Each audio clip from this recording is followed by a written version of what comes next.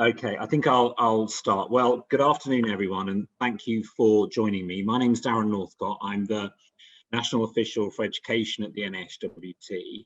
And what I'd like to do this afternoon is just talk a little bit about remote education and blended learning, because you know that is a big issue for our members at the moment. So what I'm going to try and do is share my screen. So bear with me. Share this. And if we start, I hope you can see this. Right, I hope you can see that. Hopefully I'll get a message if you can't see it. But I just want to go through a few slides on some of the issues we're looking at around remote education and blended learning, which I think, as I say, are of real significance and importance to teachers right across the UK. So what I want to do this afternoon is just first of all think about what do we mean when we talk about remote education and blended learning, and then think about what problems and issues might arise through the way in which your school is organising blended learning, and then maybe how we go about addressing some of those issues that tend to arise. Just by way of background, I think across the UK, and I know there are colleagues here from right across the UK, there is an expectation that schools will make some form of remote and blended learning available currently. In England, there's currently a direction on the schools, which is a legal requirement to provide blended learning, remote education for those pupils who, for one reason or another, aren't able to attend on school site. And although we see in the news that we're moving towards perhaps the widespread distribution of a vaccine, and there may be some grounds for optimism there, we know that it's going to take a while before the education system returns to anything resembling normal, anything resembling what it looked like before March of 2020. So remote and blended learning is likely to be a feature of schools' provision for some months to come. And the feedback that we've had from members generally, and certainly newly qualified teacher members as well, is that I think everyone recognises the importance of having some continuity of education when pupils' learning is disrupted. So currently, you know, what we're seeing is certain groups of children within the school, bubbles, parts of bubbles are being sent home. We're seeing the fact because there may have been an outbreak or someone in that bubble has tested positive for COVID-19. So you've got pupils self-isolating. You've also got teachers having to self-isolate as well. And so they are at home. Sometimes they're at home and their pupils are at home. Sometimes they're at home and their pupils are still at school. So it creates challenges, but I think the general consensus across the teaching profession is that we need to try and have some kind of continuity of learning in place, but recognizing that this can create issues. It's important those issues are identified and are addressed as effectively as possible. So we were going to talk about definitions and what do we mean by remote and blended learning. And these terms are bandied around to describe a range of different practices, but just for the purposes of our discussion today, when I talk about remote education, I think I'm talking about, first of all, pupils being taught remotely in their homes. And that can be by a teacher who is in a school. We'll come on to some of the issues that the different forms of remote learning can create in a moment. But I'm talking there maybe about a teacher who is in the school to pupils who are at home, or the teacher being at home and the pupils are at school. You see that increasingly frequently. So that generally is what we mean when we talk about remote education. And also critically, often people, when they think about remote education, think about online. So they think about the use of technology, they think about live streaming, but of course, remote education can involve the use of physical resources as well. So it doesn't have to be online, it doesn't have to be using technology. Physical resources are often a way in which remote education is provided, particularly for the youngest pupils. And many teachers who teach the youngest pupils report that there are limitations to using technology with younger pupils. Certainly doesn't mean it can't be used effectively, but there's a reliance on physical resources, and sometimes for pupils with special educational needs, physical resources can be a really important part of their remote learning offer. So generally, when we think about remote education, that's what we're talking about. Blended learning is where you have some combination of face-to-face and remote learning. So it could be, for example, we know in the government, if you take, for example, the position of the government in England, we know that they have an escalation strategy. So at some point, the point may be reached when you see the introduction of rotas in schools. And that depends upon all kinds of issues, particularly the prevalence of COVID-19 in wider society. But if we were to move to a stage where there was widespread use of rotaing in schools, then you may see something that resembles what's often termed blended learning, a combination of face-to-face and remote learning. So this is generally what these terms mean, and they're the broad definitions that I'm going to use this afternoon. There are lots of issues that arise around remote and blended learning, and to be honest with you, even if I had 5 hours, which I haven't got, to do a presentation this afternoon, there would be lots of really important issues that I don't think I could address fully. So what I'm going to do is try and go through some of the really most frequently recurring issues that members raise. What I'll do at this point, though, is flag up on our website. We have a coronavirus hub. That's where all our advice and guidance around coronavirus is located on our website. There is some detailed advice and guidance on there around remote education and blended learning, and I would strongly recommend that to you.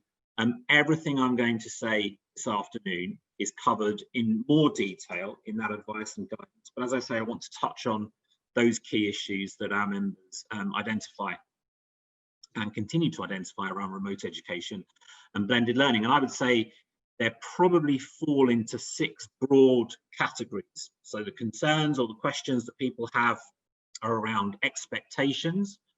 So what can reasonably be expected of schools, teachers, school leaders in the provision of remote education and blended learning?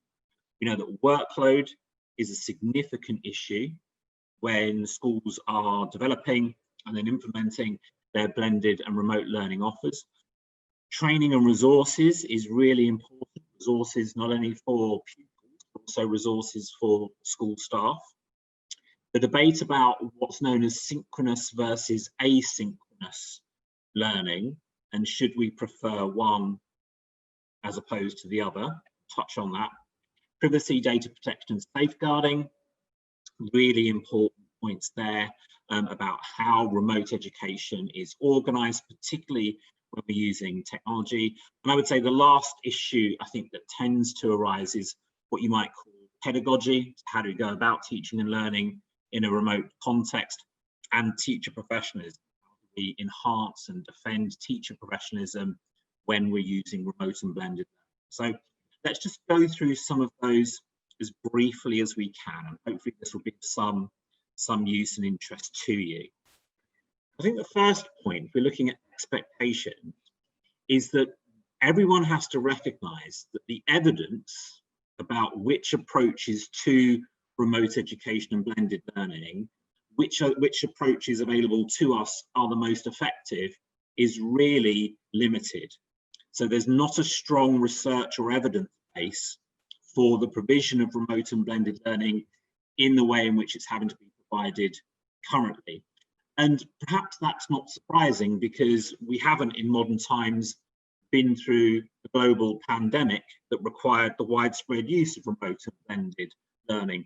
A lot of the evidence that does exist is more focused on students in higher education, where things like online courses have been used for quite some time. But with school-age children, there is very little evidence about what works. So this is new for everyone.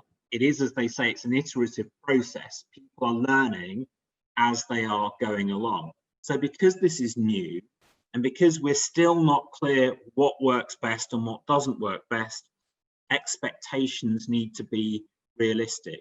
And in schools that we engage with, where we think things are going as well as they can, that seems to be a really common feature, that everyone concerned understands that we're learning as we're going along, and we have to have realistic expectations about what we can achieve and what pupils can achieve through remote and blended learning.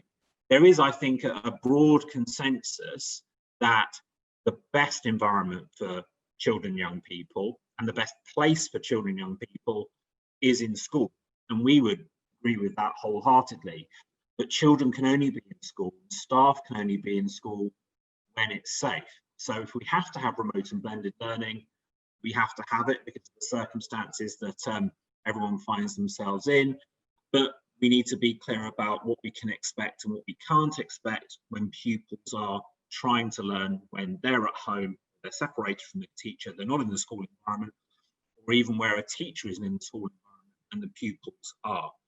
So again, one of the things that we've certainly picked up where things are going well is that creating time for feedback and professional sharing is really important. So some of the approaches that seem to be more effective, where schools create an opportunity for teachers to share ideas, share practice, find out what works, find out what doesn't work, that seems to be really key to getting the best possible remote and blended learning. So finding time for that professional dialogue, that professional sharing seems to be one of the things that we can say with some confidence leads to a better experience for certainly the children, young people, but also for those involved in providing that remote education. So expectations, absolutely key. The second point I want to touch on is around workload. And we know that teachers and school leaders are currently under exceptional pressure. The education system has never been through a global pandemic. It's never had to face these challenges, and the challenges directed towards schools are significant. And we know there are really profound workload pressures in the system currently. And certainly workload is right up there with COVID control measures, risk assessments, making sure that settings are safe. It's just as important to our members in terms of the issues that they are reporting as health and safety issues, risk assessments. It's absolutely at the top of members' concerns. And it's therefore important that certainly governments across the UK do as much as they can to ensure that schools are supported in respect of managing the pressures and the burdens that are confronting them currently. That's extremely important. But there are also things that individual schools and individual employers can also do to address some of the workload pressures that teachers are facing currently, particularly if on top of everything else, schools are having to make remote education and blended learning offers available. And again, where schools are getting this right, you see a number of things that they are doing. And it's our job to make sure that every school is doing these things.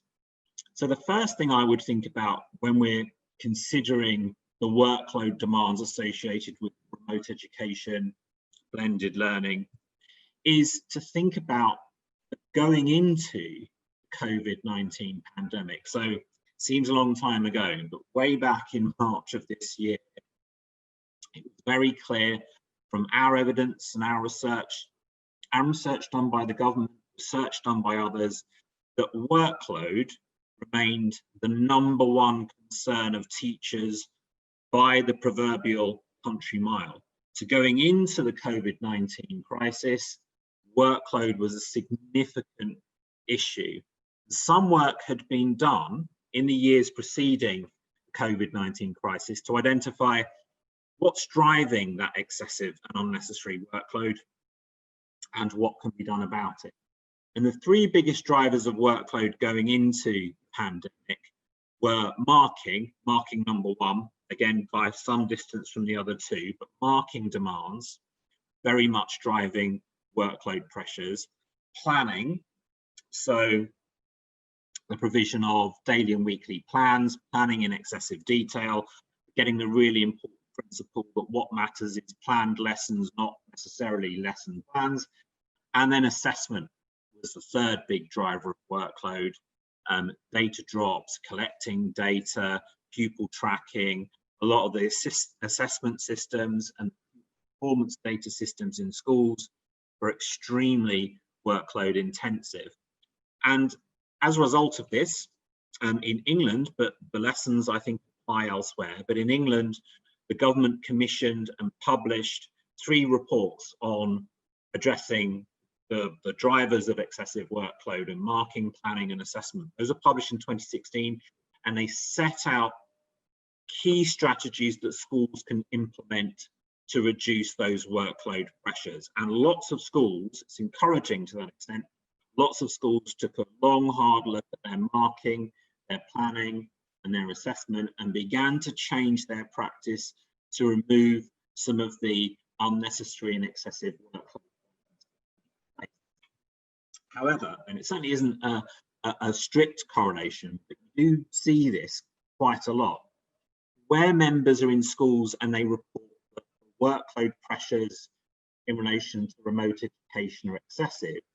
When we go into those schools, what we often find is that yes, there can be workload associated with remote education, but those are being imposed on top of inappropriate marking, planning and assessment policies.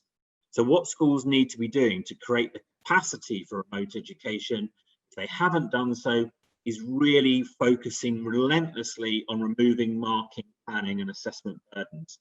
Every school knows what it has to do. Set out in those 3 reports, there was a subsequent report on assessment and data called Making Data Work, published in 2018. All of those relate to England specifically or officially. The lessons apply wherever you are working. Every school knows what it has to do to remove workload burdens in those areas. And schools that haven't done that, went into the pandemic not having reduced marking, planning and assessment burdens, are going to find this really difficult. So that's absolutely imperative that everything else that causes workload is addressed and tackled. The second way in which schools are managing this, some schools are managing this situation in respect of remote education better than others, is that they've understood that because remote education is such a significant burden and it creates such demands on schools that they're going to have to think about what else are they doing at the same time and removing some of those burdens that come from other activities. So if you want a simple and straightforward motto for schools, is that remote learning is provided instead of, not as well as, other activities. Schools are going to have to prioritize, and some activities they might have been involved with, some initiatives they had in train that in different circumstances, not in a pandemic, you might think are very worthwhile and well worth pursuing. I think the guide has to be currently that may well be worthwhile, but not now. So schools have to be ruthless, clearing everything they can off the table, everything possible to keep the show on the road. And that means not putting remote education on top of existing burdens, removing things that can be postponed or suspended so everyone can focus on this really big task of remote education, blended learning. Schools getting it right will also undertake workload audits, so they think very carefully about how they're conducting remote education. Are they doing it in a way that's as workload friendly as possible? There are ways of doing that, providing remote education, that tend to result in lower workload pressures than others. One thing the schools, we would say schools should consider, and this has to be based on professional judgment about what's in the interests of your pupils, but there are a lot of specialist resources out there to support remote education that schools should contemplate using. So in England, there are resources produced by, among others, the Oak Academy, there's Glow in Scotland, there's Hub in Wales. There are a lot of specialist resources there that schools can draw upon that have already been developed and published. Sometimes, if we're thinking about schools that are struggling with the workload related to remote education, we dig a bit deeper. What we're seeing schools doing, trying to copy and replicate materials, getting teachers to copy and replicate materials that are really similar to those available in any case on it. So why would you copy something that's already available? So really considered use of external resources is key. And again, schools that have done that, I think, are finding this more manageable than others. So that would be a really important piece of advice on workload. Third, training and resources. This is new for everyone. And we know that schools and the education system more broadly wasn't necessarily set up at the end of March to deliver remote education, particularly those forms of remote education that rely on technology and the use of equipment. So we've come across members who've been sent away, particularly more so maybe in the early days of the pandemic, but it's still an issue. They were sent away to use particular types of equipment, particular types of learning software, without really being told how it works or trained in its use. So training is really important, making sure that the equipment and the resources that are supposed to be used, the teachers are confident, have support in the use of that equipment. You can have all the bells and whistles in terms of technology, in terms of remote education, in terms of different assessment systems. You know, you're all very familiar with what's available out there, but if teachers aren't trained to use it properly, then it's not going to have the impact that people want it to have. So that support and training, absolutely key. And then making sure that teachers have the equipment, the actual equipment that they need in order to provide remote education, particularly if that remote education is provided through use of technology. And we're very clear that teachers really shouldn't be using their own equipment to provide remote and blended learning. They really should have equipment that's provided by the school, that's provided by their employer, that they can use for all their work purposes. It's not appropriate to use your own equipment. It certainly isn't appropriate to go out and buy your own equipment out of your own funds to provide remote and blended learning, unless you've come to an agreement with your employer that in order to provide remote and blended learning, you need to purchase equipment and you'll be refunded for the purchase of that equipment.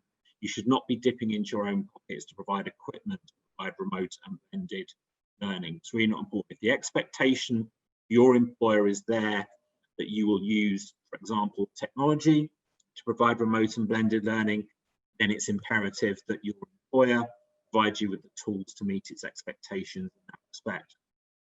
And again, providing opportunities to learn from emerging evidence and good practice, that's really important. That's why what we talked about earlier in terms of giving teachers the opportunity to share their experiences, to share ideas, is really important, because in many respects, because this is a process that is emerging, our understanding is developing, and sharing good practice within schools and also where possible between schools can be really powerful, and we know that teachers really value that. And not just online either. You know, we'll come on to this in a moment. We know that hard copy practice is important. So training and support, and if we're using hard copy resources to provide remote education, thinking about the best ways of doing that, and making sure that teachers involved in that practice have the support and the resources they need. Not just focusing and becoming a bit transfixed by technology and online remote learning, also bearing in mind some circumstances the most appropriate approach to learning is to use hard copy. So both of those have to be built into schools and employers' training and support programs. Fourth issue, again, I just want to touch on as briefly as I can. It's quite a complex issue, so I'll just pull out some of the key themes, by no means all of them. Is this debate between what's known as synchronous learning, synchronous remote education, i.e. remote education that takes place in real time, live, which almost always is going to have to involve the use of internet technology. It's going to have to involve possibly the use of computer equipment, or more often than not, but it takes place in a live context, versus what you might call asynchronous learning. That could be, for example, pack of work, hard copy work that's distributed to pupils in their homes. They work on that, on those materials, and then they submit those materials back to the teacher through some means or another, and then the teacher assesses that work that isn't done live. There's a delay because it's not synchronous live, it's asynchronous. Work is pupil works on the activities, sends the activities back to the school. Just to be clear, and again, as I say, our evidence base is limited, but there really is no evidence that one form of remote learning is inherently better than another. So there's no evidence that live streaming is inherently a better approach to remote education than asynchronous learning. And there are examples, emerging practice of examples around the world where we know there are problems with internet access to technology in the UK. There are other countries where that's an even more significant issue for pupils in their homes. So you've got education systems, some in Europe, some elsewhere, that really don't have the option of using live streaming. They have to use asynchronous learning techniques, and the evidence is that those are just as effective as synchronous learning techniques. What I think we'll come to is an understanding that actually, if you've got a choice between both, it's the learning objective that should guide the choice of approach, rather than assuming that one approach, usually in this country, synchronous learning is always going to be better than asynchronous learning. No evidence to support. What there is evidence of is that allowing chances for pupils to interact with each other are particularly important. But again, pupils can interact with each other in an asynchronous way, not necessarily in a synchronous way. There's an obvious advantage to using synchronous approaches to support pupil interaction, but the emerging evidence says that it doesn't necessarily have to be a synchronous approach. It could be asynchronous, but that seems to be an important part of how pupils are supported in respect of remote education. And again, thinking about the best approach to a particular learning objective, it is well worth thinking about some of the existing tailored asynchronous resources that are available.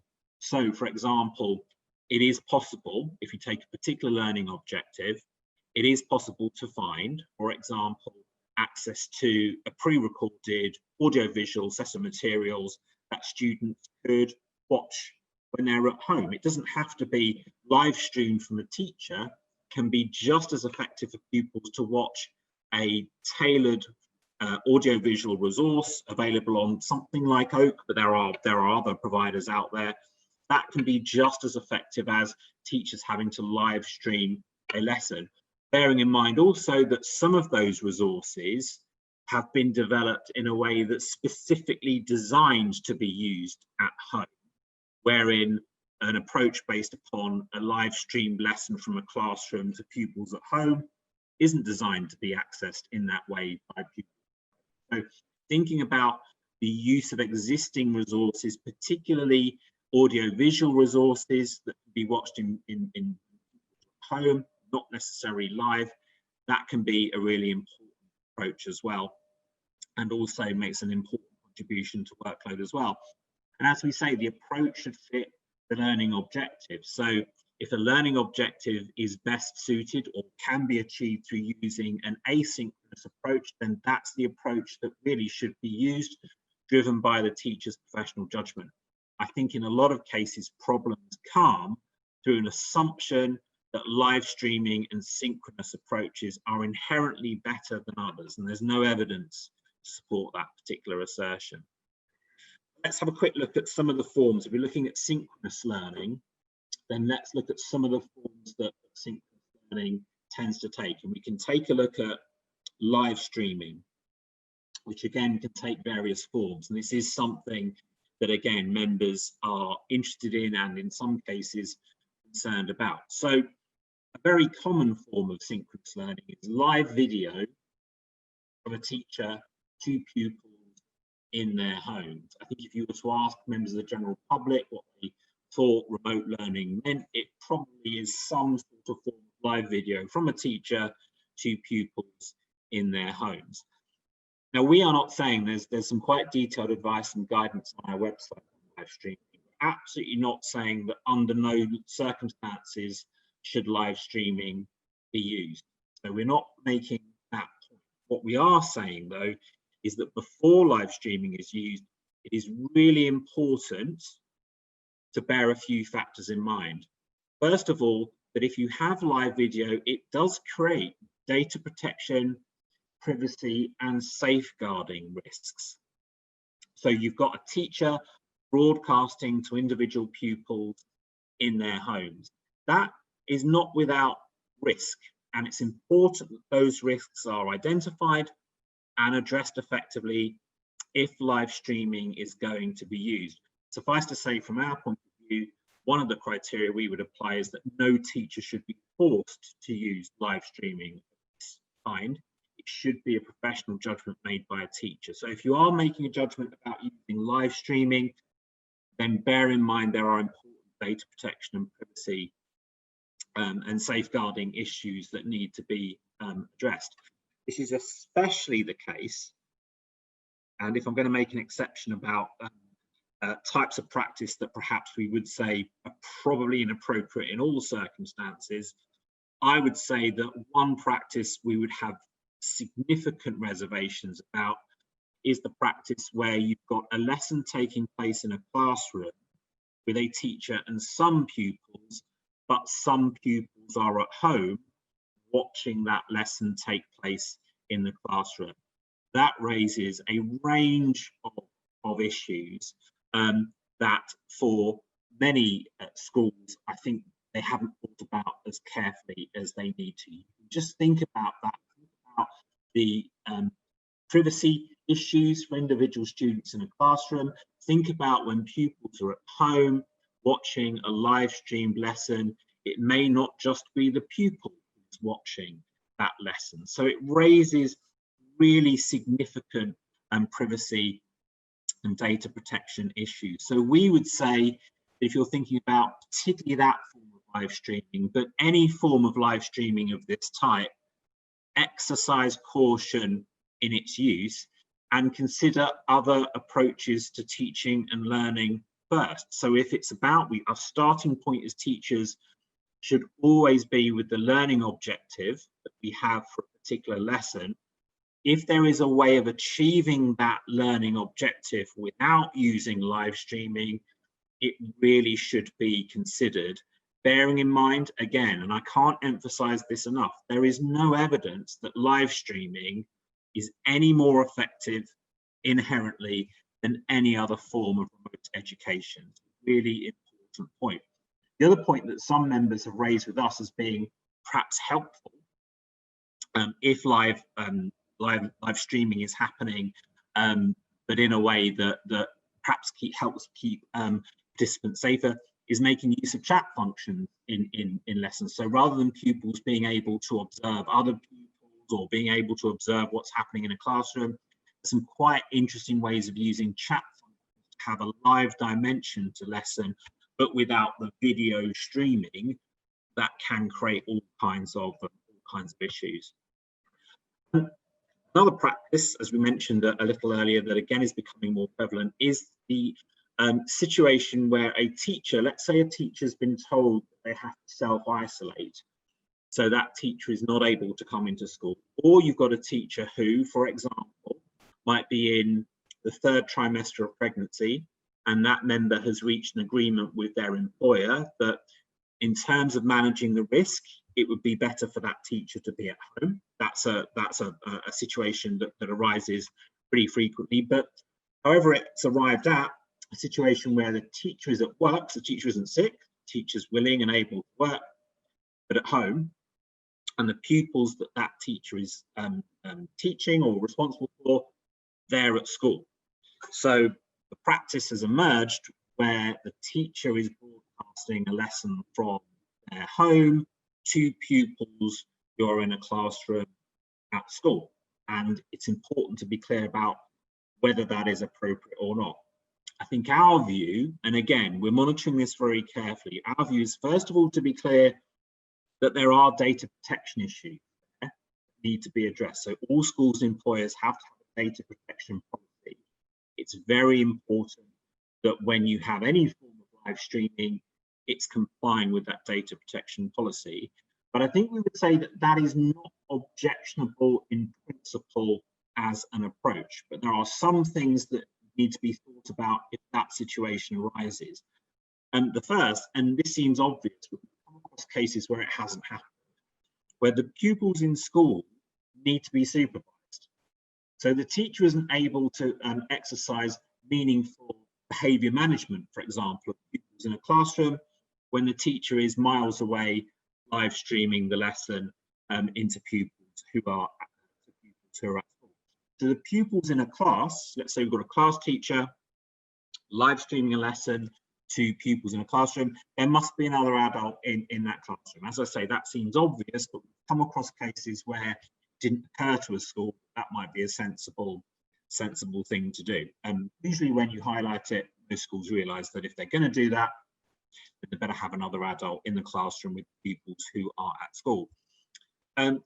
Another point to really consider carefully is that we all know through our months now of experience of use of live streaming video technology in our professional and our personal lives can be really demanding. It can be very demanding to be trying to do a full day's worth of classroom teaching through live streaming of video lessons. It is particularly demanding. Many would say, maybe not all, but many I think would say, many of our members say, that's even more demanding than teaching pupils face-to-face in a physical classroom, demanding though that is. So the workload demands and the burdens and also the well-being of that teacher have to be considered very carefully. So it may be appropriate from time to time to have a live video stream, teacher at home to pupils in the classroom, but it's about thinking about whether that is appropriate all day, every day. The workload demands and the pressures would be significant.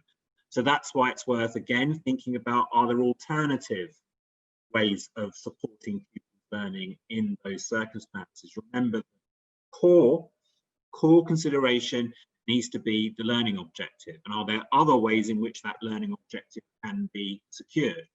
That's something to be thought about in all contexts when we're looking at live streaming. But an alternative to that situation would be supply cover. There are approaches to blended curricula that might be an alternative to this particular practice. But as I say, it's not objectionable in principle, but it needs to be thought through and there need to be appropriate protections in place. Again, more information on our website. And that leads us into thinking about privacy, data protection and safeguarding generally. So a few things here. First of all, and again, you see lots of schools attempting to do this, live streamed lessons, if that's how they're going to be delivered, live streamed lessons should not be recorded, we would argue, because this creates really complex data protection obligations. Among many, and there are many, but I'll pick one of those considerations, is that a recorded lesson becomes data, and then it's covered by what are known as the GDPR regulations. That creates a lot of requirements on schools in terms of how that data is managed and the permission of everyone who is related to that data for that data to be held. So, for example, a recorded lesson with a teacher, let's say a teacher at home live streaming to a class of 30 children, that lesson is recorded and then stored. The permission of every single parent of every child in that class must be secured before the lesson is recorded, because if the pupil is a participant and in any way their participation is captured through that recording, that data cannot be held without that child's under 18, cannot be held without that child's parents' permission. So we were talking earlier about schools trying to clear the desks of everything they don't have to do. One of the things they don't have to do currently is involve themselves in really complex data protection procedures. That's exactly what they create if they record lessons. You don't record lessons routinely in the physical realm with face-to-face teaching in classrooms. There is no need to record lessons in any way, shape or form. Sometimes hear schools try and justify that on the basis that, well, if something were to happen, then there's a recording of a lesson, so we can go back and check that that is key. I would say in response to that, if you look at the last bullet on this slide, the provision there that there should be at least 2 members of staff present, I think would address that concern. If you've got another member of staff present in any live streaming, and that can be physically present with the live streaming teacher or present on the call, but if they are accessing the interaction, that should address that issue. Again, we don't have routine practice in schools in the UK, recording of every lesson in a classroom, just in case something goes wrong, so we can go back and check the footage. That isn't practice in the physical realm, shouldn't be practice when live streaming is taking place. And then to touch on something we mentioned a little earlier, live streaming to pupils' homes. Can recordings be prevented? So a lot of the systems that you might be using, the suppliers of those systems will say, well, there are protections. So if it's about pupils sitting at home, looking at a screen, and they are engaging in remote learning in that way, then a lot of the suppliers of those systems would say, well, there are mechanisms we can put in place to ensure that the pupil can't record the data. That would be a breach of privacy. And that's helpful. The systems that are used generally should absolutely have that function to prevent recording by pupils who are accessing a session remotely. But you'll know as well as I do that recording a session through the system being used is not the only way in which images can be captured. So, for example, a pupil can film through a mobile phone, through whatever means they have to hand, they can film what they see on a screen. It's not being recorded in that sense, but it is being recorded on another device. How is that prevented? There are ways of preventing it, but schools need to be very clear about how it would be prevented. Just saying on, for example, Microsoft Teams, you can block students from recording the session on Microsoft Teams isn't enough, because there are ways in which recordings can be made. And who is watching at the other end? That is really important. You're seeing schools try to establish agreements with parents that the parents will not be viewing the interactive session on the screen because, again, to go back to concerns around privacy, parents of some children may quite legitimately not be very happy that parents of other children are viewing their child's participation in a lesson. So permission from parents, as we've said earlier, is absolutely key for their participation, but also the agreement of parents over a set of principles, again, more details on our website, a set of principles about how they will behave and conduct themselves when pupils are engaged in live streaming is absolutely fundamental. And as I said, really important point, there should always be at least 2 members of staff present on any live stream activity or lesson. One-to-one hopefully doesn't need much explanation. It's pretty clear, but just to make the point, one-to-one online sessions, so one teacher, one pupil using Zoom or Microsoft Teams, that's, you know, in that particular way, where there's just a teacher and a pupil at the other end. We know some schools try and promote that practice. It's obviously inappropriate, and it really shouldn't be part of school practice. We know that in the early stages of the pandemic, there was quite a lot of pressure on teachers to undertake one-to-one online sessions. I'd include one-to-one phone calls in that as well. Really important there are at least 2 members of staff present in any of those interactions. That's why when you're thinking about live streaming, it's really to do it properly and to do it safely. It's very resource and time intensive. That's why consideration of other approaches has to be a key part of decision making about whether or not to make use of live streaming. And the last point will just be about pedagogy and professionalism. And going back to where we started this presentation, very clear at the outset of the pandemic, there was no handbook that could be taken off the shelf. This is how you provide remote and blended learning in the middle of a pandemic that's come upon us extremely quickly. And so schools had to very quickly devise approaches to remote and blended learning. They may have had some of the technology, but pretty much from scratch. And the feedback, research has been done around parents and pupils' perceptions of that provision, generally very positive. Parents and pupils appreciated the continuity of learning that schools were able to provide in the early stages of the pandemic. And the reason, we would argue, that that provision was so effective was because, to some extent, schools had no choice but to trust teachers to develop and then implemented those remote learning options. So practice is best where teachers are in the driving seat. Of course, schools will establish expectations, so there's some degree of consistency of experience. We wouldn't argue with that, but making sure that teachers can make those professional calls about what works and what doesn't, and what approach to remote education should be adopted, that has proven itself, particularly in the early stages of the pandemic, it's proved itself to be a really resilient approach. So teachers having the scope to determine practice, really important. Another practice you see that can be quite problematic, and again, it's encouraging that schools are now slowly, in some cases, go faster, but are moving away from this, is just trying to replicate materials, approaches, resources that are used in the classroom, just trying to copy paste them into a remote learning context.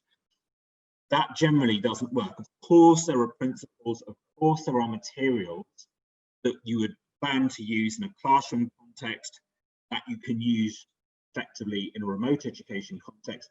Just trying to recreate the classroom in a remote learning context, however that remote learning is done, is usually ineffective. It's burdensome and it's not tailored to the remote learning experience. That's why I would always say, consider those resources that have already been produced, the ones I mentioned earlier.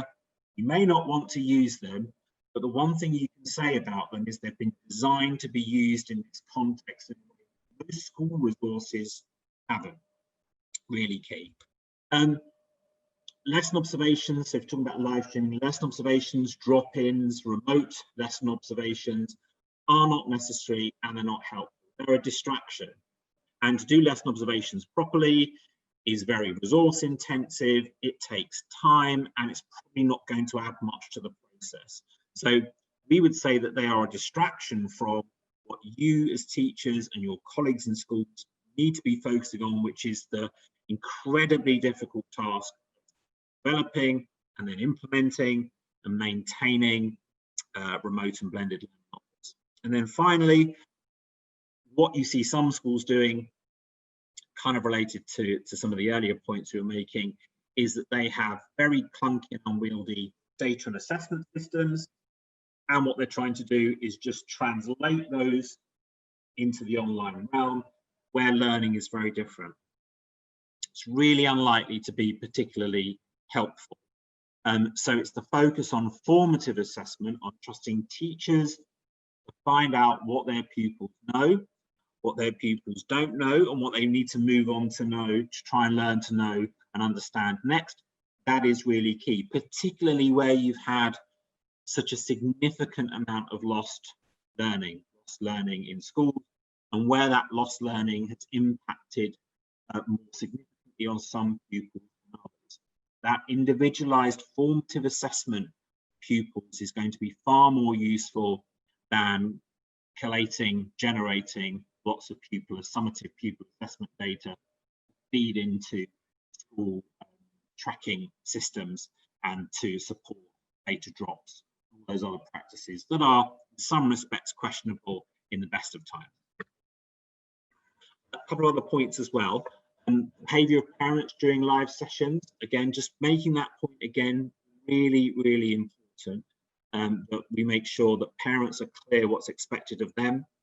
In terms of the curriculum generally, breadth and balance is important, but not all of a school's curriculum can be delivered remotely. So to some extent, there has to be some acceptance of the fact some parts of the curriculum, this impacts some subjects more than others, some parts of the curriculum are going to be really difficult to deliver remotely. So COVID-19 pandemic, one of its more insidious and to some extent unavoidable consequences is that it does impact adversely on the curriculum and beyond.